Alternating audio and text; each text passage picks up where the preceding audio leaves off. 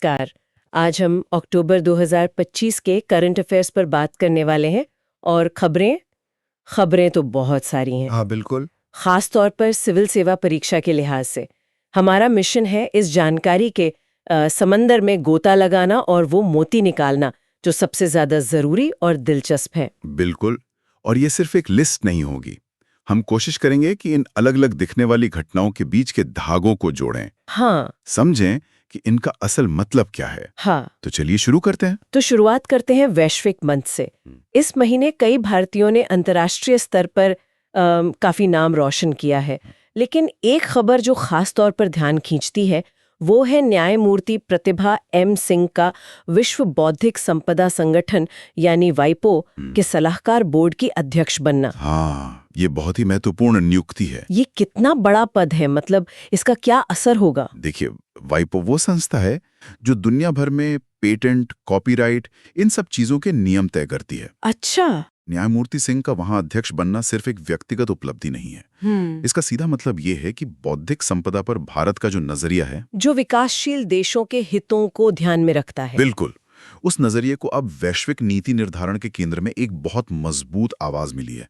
ये दिखाता है कि दुनिया मान रही है कि इन मामलों में भारत के पास एक खास विशेषज्ञता है। सही बात है। और दूसरी खबर जो मुझे बहुत दिलचस्प लगी वो पश्चिम बंगाल से है। सुंदरबन के साइमी मॉडल को FAO से वैश्विक मान्यता मिली है। ये मॉडल है क्या असल में? साइमी मॉडल की खूबसूरती उसकी सादगी में है। ये एक क्या कहते हैं, स्थानीय पहल है। ओके। इसमें मैंग्रोव के जंगलों को बचाने के काम को मछली और झींगा पालन से जोड़ा गया है। होता यह है कि मैंग्रोव की जड़ें पानी को साफ करती हैं, छोटे जीवों को पनपने की जगह देती हैं, जो मछलियों का भोजन बनते हैं। एग्जैक्टली। तो पर्यावरण भी बचता है और स्थानीय लोगों की आजीविका भी चलती रहती है।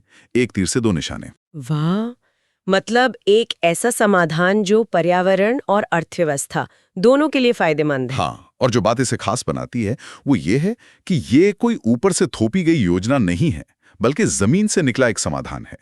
FAO का इसे मान्यता देना ये बताता है कि दुनिया अब भारत की तरफ ऐसे व्यावहारिक समाधानों के लिए देख रही है। और पुरस्कारों की बात चली है तो इस बार अर्थशास्त्र का नोबेल पुरस्कार भी एक ऐसे ही विषय को मिला है जो भारत के लिए बहुत मायने रखता है। हाँ, सतत विकास, सस्टेनेबल डेवलपमेंट। बिल्कुल। जोएल मोकेर, फिलिप एग्योन और पीटर हॉविट को। हाँ, उनका काम ये बताता है कि तकनीकी प्रगति और सतत विकास ये एक दूसरे के दुश्मन नहीं बल्कि दोस्त हो सकते हैं। तो इसका असल मतलब क्या है? क्या ये सिर्फ एक अकादमिक थ्योरी है? नहीं, बिल्कुल नहीं। इसका असली मतलब ये है कि भारत में जो ग्रोथ एट ऑल कॉस्ट वाली बहस चलती है उसे अब एक नया फ्रेमवर्क मिल गया है। अच्छा। अब सरकारें, ये कंपनियां ये नहीं कह सकती कि पर्यावरण की चिंता बाद में करेंगे, पहले फैक्ट्री लगा लें। ये नोबेल पुरस्कार कहता है कि बिना सस्टेनेबिलिटी के असली और लंबी अवधि की ग्रोथ हो ही नहीं सकती। मतलब ये भविष्य की नीतियों के लिए एक तरह से लक्ष्मण रेखा खींचता है। बिल्कुल सही कहा आपने। ये आत्मनिर्भरता की कहानी सिर्फ वैश्विक मंच तक सीमित नहीं है, ये हमारे देश की प्रयोगशालाओं तक भी पहुंच रही है। विज्ञान और प्रौद्योगिकी में एक खबर है जो सच में बहुत बड़ी है। भारत की पहली स्वदेशी एंटीबायोटिक नेफ्थ्रोमाइसिन। ये एक बहुत बहुत बड़ी कामयाबी है। ये दवा उन श्वसन संक्रमणों के लिए कारगर हैं जिन पर पुरानी एंटीबायोटिक्स का असर बंद हो गया है। एक नई एंटीबायोटिक बनाना इतना मुश्किल क्यों होता है? मतलब इसमें क्या खास बात है? देखिए, एक नया एंटीबायोटिक मॉलिक्यूल खोजना और उसे दवा के रूप में विकसित करना, इसमें दशकों लग जाते हैं, अरबों डॉलर्स का खर्च होता है। ओह। ज्यादातर बड़ी दवा कंपनियां अब इसमें पैसा नहीं लगाना चाहती, क्योंकि ये बहुत जोखिम भरा काम है। ऐसे में भारत का अपनी एंटीबायोटिक विकसित करना हमारी वैज्ञानिक क्षमता का जबरदस्त सबूत है। तो मतलब अब हम स्वास्थ्य सुरक्षा के मामले में दूसरों पर निर्भर नहीं रहेंगे। हाँ, ये आत्मनिर्भर भारत का एक ठोस उदाहरण है। और तकनीक के क्षेत्र में ऐसी ही आत्मनिर्भरता हमें रक्षा और अंतरिक्ष में भी दिख रही है। सक्षम नाम का एक स्वदेशी एंटी ड्रोन सिस्टम बनाया गया है। हाँ, सक्षम। इसे भारत इलेक्ट्रॉनिक्स लिमिटेड ने बनाया है। आज के समय में जब सीमा पर ड्रोन एक बहुत बड़ा खतरा बन गए हैं, तब ये तकनीक बहुत जरूरी है। ये ड्रोन का पता लगाकर उसे निष्क्रिय कर सकता है। और अंतरिक्ष में चंद्रयान 2, जिसे कई लोग अधूरा मिशन मान रहे थे, वो लगातार कमाल कर रहा है ना? बिल्कुल। उसके एक पेलोड चेस 2 ने पहली बार ये देखा है कि जब सूरज से कोई कोरोनल मास एजेक्शन यानी एक बहुत बड़ी सौर लहर निकलती है तो उसका चांद की सतह पर क्या असर होता है। अच्छा, तो ये डेटा किस काम आएगा? सौर लहरों के विकिरण से बचाने के लिए बहुत जरूरी होगा। ये साबित करता है कि चंद्रयान 2 का ऑर्बिटर आज भी कितना उपयोगी है। तो ये आत्मनिर्भरता की कहानी हमारी प्रयोगशालाओं से निकलकर अब हमारे खेतों तक भी पहुंच रही है। सरकार ने कृषि क्षेत्र में 2 बहुत बड़ी योजनाएं शुरू की हैं। पहली है दलहन आत्मनिर्भरता मिशन। हाँ, और ये एक बहुत ही रणनीतिक कदम है। हम दुनिया में दालों के सबसे बड़े उत्पादक हैं, लेकिन हम ही सबसे बड़े उपभोक्ता भी हैं। नतीजा ये होता है कि हमें आयात करना पड़ता है। बिल्कुल, हर साल लाखों टन डालें। ये मिशन सीधे इसी समस्या की जड़ पर वार कर रहा है। लेकिन हमने पहले भी दालों का उत्पादन बढ़ाने की कोशिश की है, इस बार अलग क्या है? सवाल बहुत वाजिब है। इस बार फर्क ये है कि ये मिशन सिर्फ उत्पादन बढ़ाने पर केंद्रित नहीं है। इसमें अच्छी किस्म के बीज, नई तकनीक, खरीद की गारंटी, इन सब पर भी जोर है। अच्छा, मतलब एक पूरी सप्लाई चेन बनाने की कोशिश है। हाँ, खासतौर पर तूर, उड़द और मसूर पर फोकस है, जिनका हम सबसे ज्यादा आयात करते हैं। अगर ये सफल होता है तो ये हमारी खाद्य सुरक्षा के लिए एक गेम चेंजर होगा। और दूसरी योजना है प्रधानमंत्री धन धान्य कृषि योजना। इसका मकसद क्या है? इसका मकसद और भी बुनियादी है। ये योजना देश के उन 100 सबसे कम उत्पादकता वाले कृषि जिलों को चुनेगी और उन पर ध्यान केंद्रित करेगी। तो वहाँ क्या किया जाएगा? वहाँ मिट्टी की सेहत सुधारने, सिंचाई की व्यवस्था करने, फसल विविधीकरण को प्रोत्साहित करने और किसानों को आसानी से कर्ज उपलब्ध कराने पर काम होगा। मतलब एक तरफ दालों जैसी खास फसलों में आत्मनिर्भरता और दूसरी तरफ कृषि की नींव को ही मजबूत करना। बिल्कुल, ये दोनों योजनाएं मिलकर भारत की कृषि को ज्यादा टिकाऊ और किसानों के लिए ज्यादा लाभदायक बनाने की एक व्यापक रणनीति का हिस्सा हैं। चलिए, अब कृषि और विज्ञान से हटकर संस्कृति और समाज की दुनिया में चलते हैं। इस साल 70वें फिल्म फेयर पुरस्कारों में एक फिल्म ने धूम मचा दी, लापता लेडीज। हाँ, 13 पुरस्कार। ये सिर्फ इसलिए खास है क्योंकि ये एक अच्छी फिल्म है, या ये बॉलीवुड में किसी बड़े बदलाव का संकेत है? ये सिर्फ एक अच्छी फिल्म की जीत से कहीं ज्यादा है। लापता लेडीज जैसी फिल्म, जो बड़े स्टार्स के बिना एक मजबूत कहानी और सामाजिक संदेश के दम पर चलती है, उसका इतने बड़े मंच पर छा जाना, हाँ, ये एक बहुत सकारात्मक संकेत है।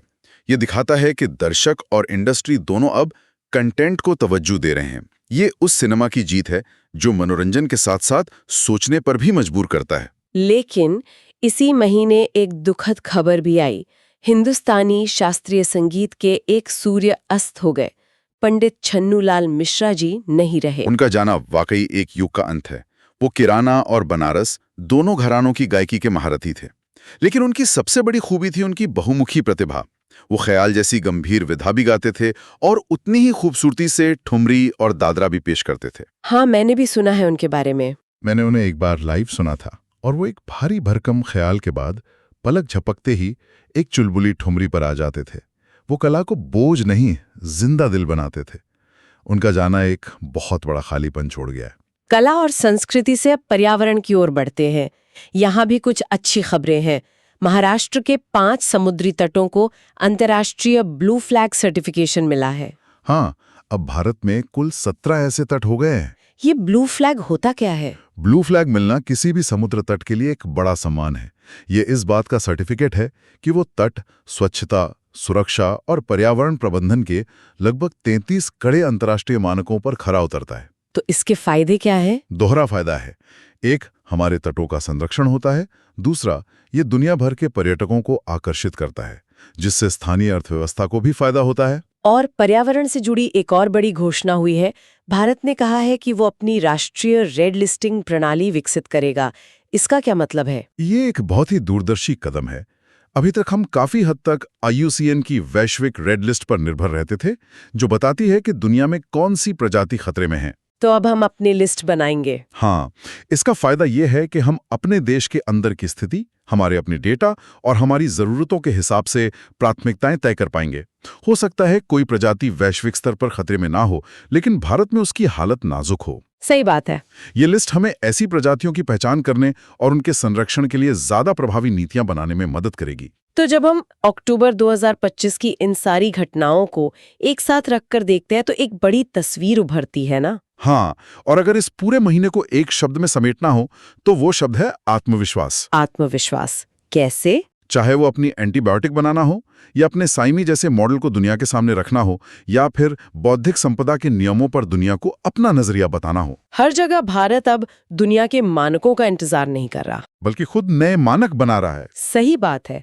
ये एक ऐसा भारत है जो अपनी समस्याओं के समाधान खुद ढूंढ रहा है, चाहे वो दालों का आयात हो या सीमा पर ड्रोन का खतरा। बिल्कुल, और यही आत्मविश्वास हमें आज का अंतिम विचार देता है।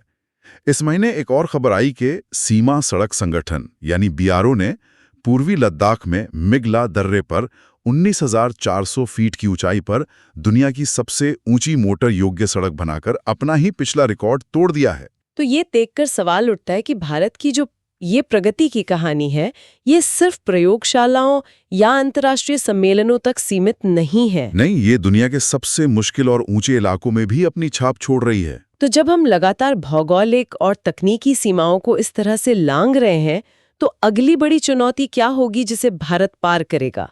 क्या वो वैज्ञानिक होगी, सामाजिक होगी, या फिर कोई ऐसी चुनौती जिसके बारे में हमने अभी सोचना भी शुरू नहीं किया है?